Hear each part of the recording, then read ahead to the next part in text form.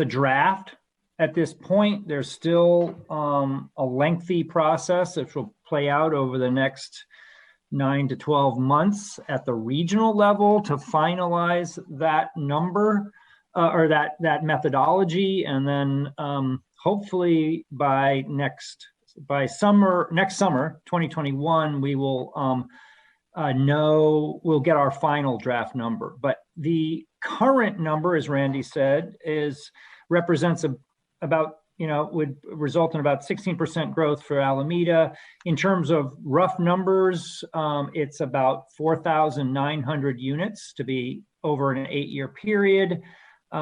That's close. It's just about 1% of the total regional housing need. Alameda looks like it'll be allocated about 1% of that total. As Randy said, it may change. So we already as a city need to start thinking about how we're going to accommodate our new housing, where we're going to accommodate it, and how we're going to accommodate it. And so that it's time to start thinking about that and talking about it. And we believe we can do it. We've done it the last 2 cycles, and we believe we can do it again.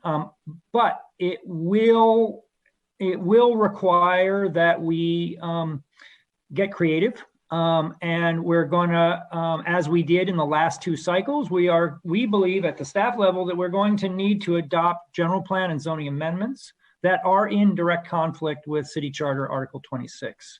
For anybody who's watching, who's not sure what that is a section of this Alameda City Charter that prohibits multifamily housing in Alameda, and it prohibits residential densities in Alameda over 21 units per acre. The state, the Housing and Community Development Department for the state of California, wrote us a letter in 2009, and I'll just quickly read this to you. They're pretty clear about it. They said in addressing Alameda, prohibiting multifamily or limiting density is a fundamental constraint with significant impacts on the cost and supply of housing, and particularly a variety of housing types. In addition, Measure A, which is the common name for Article 26, severely restricts promoting higher density housing and mixed-use development near jobs and transit to maximize land resources and address climate change. Pursuant to government code, the city is required to make zoning available to encourage and facilitate multifamily development and address and remove constraints. As a result, the element must include programs to address and remove or modify this constraint, including making zoning available to allow multifamily housing. Next slide, please.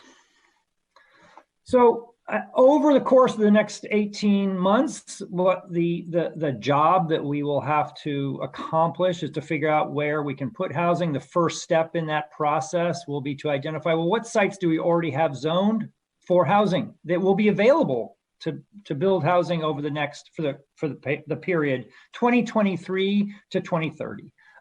This is all very preliminary still. We don't know our final RHNA number, and we will obviously spend the next 18 months working through these numbers. But just to give you a sense of where we think we are at and what the issues are that we, the council, the staff, and the planning board will need to work through with the community are the following. We think we have enough land already zoned to accommodate about 2,100 units. And that's comprised of about, in terms of the RHNA, about 551 lower income units and about 1,500 above moderate.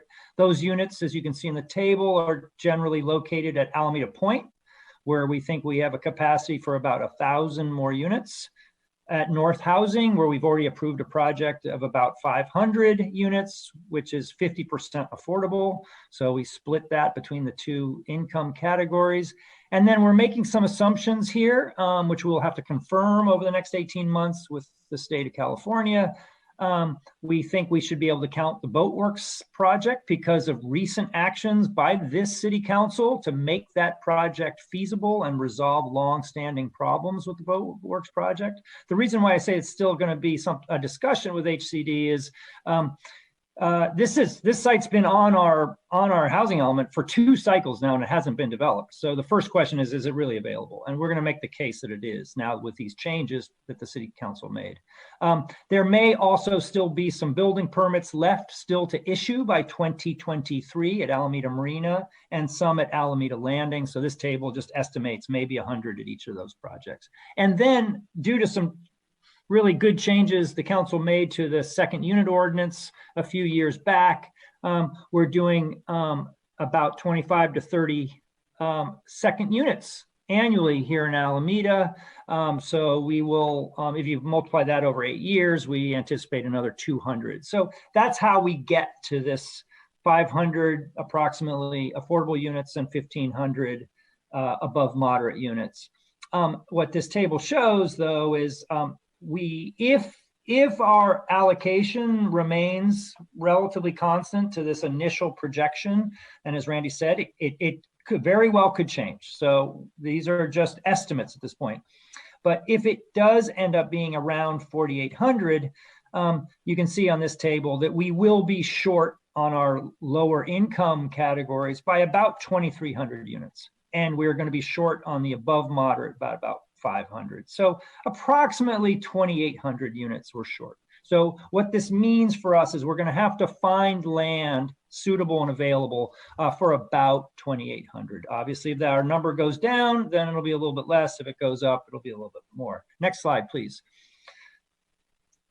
The sites that we think we will be talking about as a community, and this is not something we have to decide tonight, but I just wanted to let everybody in the community and just make sure everybody had the same basic information. The kinds of sites that we think we will be talking about to accommodate those additional units include sites such as Encinal Terminals. This is a project that has been in the housing element for 2 cycles now and is still vacant. It's vacant because it's infeasible to develop. We will be coming to the council with a proposal for a titleist exchange in the near future. If the council approves that titleist exchange, then we think we will be able to count Encinal Terminals in our housing element. If the council does not, then we will not be able to get Encinal Terminals into the housing element. It will not be accepted because it's not available. South Shore Shopping Center is another site that we've all been talking about over the last few years. This is another property owner that is interested in building housing, which means it's available and has some residential zoning already, but it could accommodate more. So that'll be an interesting conversation if we want to try to allocate more housing to South Shore, because we're trying to get to 2,800 units. You know, those 2 projects alone get you to, that's about 1,100. So we still need more sites. And the sites that we're talking about are the other shopping centers in Alameda. Alameda Landing Shopping Center, Harbor Bay Shopping Center, Marina Village Shopping Center, Blanding Shopping Center.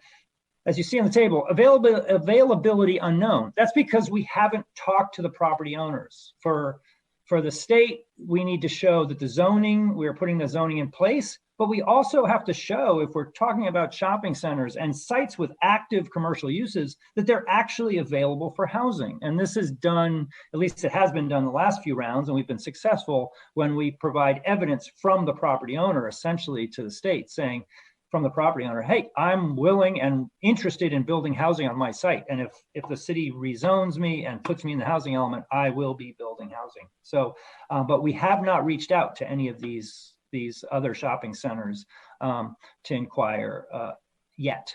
The other areas that we're looking at, of course, and have been talking about over the years, Park Street Commercial District, Webster Street Commercial District, and then of course, our medium density residential areas throughout the city where there is additional capacity to add housing.